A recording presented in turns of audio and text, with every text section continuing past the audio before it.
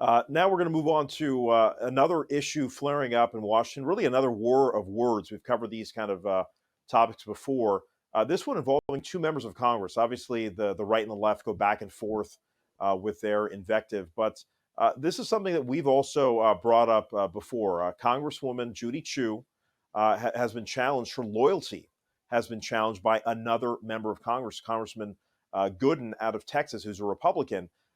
Basically, Chu was her loyalty has been questioned because she did not support an effort to pass something against the Chinese Communist Party. There's obviously a huge movement over the last couple of years that we've seen. It initially was a Republican-led movement against the CCP, but we're seeing Democrats now push back against the CCP, and I see this with the FCC, for example, where former Chairman Ajit Pai put in a policy that got now adopted by Jessica Rosenworcel, who's a Democrat. So we're seeing consensus throughout the federal government. But in this case, Chu took this very personal, and she thought this attack was xenophobic because she didn't want to support this resolution.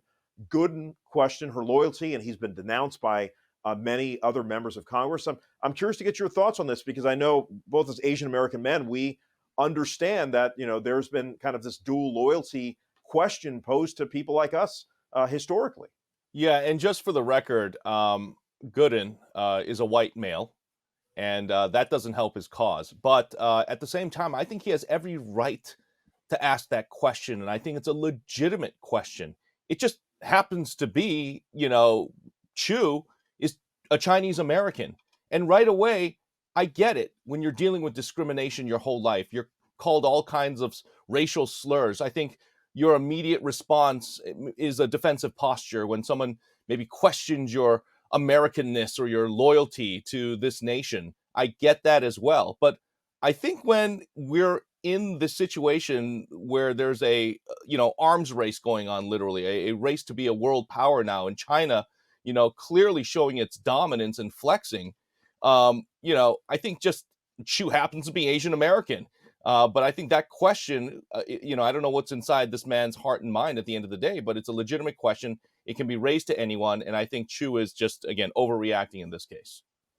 And this issue is being tied also with like property rights, right? Because in recent years, it's been discovered that there's been a lot of real estate purchases, especially agricultural land in places like North Dakota, in places like Texas, where you have Chinese investors, Chinese nationals buying land in the United States. And of course, our government has no issue with just about anybody investing their capital in this country. In fact, you can get a visa. You spend X amount of money, you can come to this country legally if you have that kind of capital. But I think now there's a pushback, right? Because do we want to have our agricultural resources, controlled by folks from another government? And we are effectively, if they don't want to say it, but it does seem like we're in a bit of a Cold War with China. And so this is where we have this pushback because here we are, we're both Asian Americans. We grew up around Asian Americans. I never really saw any disloyalty amongst, Asian Americans, folks that are born and raised here in this country.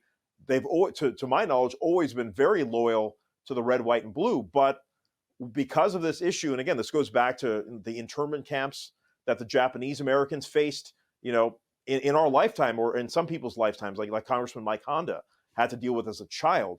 I mean, it's kind of stunning that these things are popping back up. Yeah, and at the same time, though, I've experienced discrimination and racism and dealt with all kinds of stereotypes for being Asian American. I mean, people call me Chinese, and I'm Korean American. People call me a communist, and I'm not. I mean, I love America. I was born here. I was born in Fairfax, Virginia. Yet at the same time, I think we're living during a time where we have to, at the very least, scrutinize, each case on an individual basis. Yeah, I have a lot of Chinese American friends. They hate communism. They hate CCP China. But guess what? They're also Chinese nationals who have come here in the past few years who are literally spies, who have infiltrated our academic institutions, our business institutions, our tech and science institutions, and they have been convicted of stealing IP, intellectual property, to bring back to China. So this is ongoing, and it's a real damn shame that, again, Asian Americans, especially Chinese, are facing this, because I know a Chinese American friend, he's a Chinese, he's a Chinese national, but he's wondering now, he's part of this protest in Texas recently, where they're fighting for their rights now to buy land. He's like, I just want to buy a house. but his association with China at one point, how does that get all sorted out? So it's a real shame it's come down to this, but at the same time, I still believe that national security also needs to be a priority. And we have to scrutinize what's going on with China and their motives. China right now is a hostile nation. They are our enemy. Okay? I'm not talking about the people. I'm talking about the communist government and the policies. And that distinction clearly needs to be made. And unfortunately, we always use broad brushstrokes and paint people into one category. You're from China, you're CCP in conversation. But we really have to scrutinize this. And I don't think it's racist to ask questions like that of Chu, especially from a non-Asian person. I think it's totally okay. And this is the issue we have, because for the last 50 years, America and China have this kind of most favored nation status, right? We were doing aggressive business with China. We've had this huge influx of folks from Asia, from China, from India in particular. But now all of a sudden things have changed because China is on the rise. They are spending money on defense. And I should mention, all these countries are spending, like, there's like $1 trillion of spending towards defense. This is true of India, true of China, Japan, the United States. Everybody's spending. Everybody's on edge. Our next story is going to be about the G20. These guys aren't getting along, and it's because of these alliances, Russia and China. You've got the Ukraine situation, the U.S. and the Quad.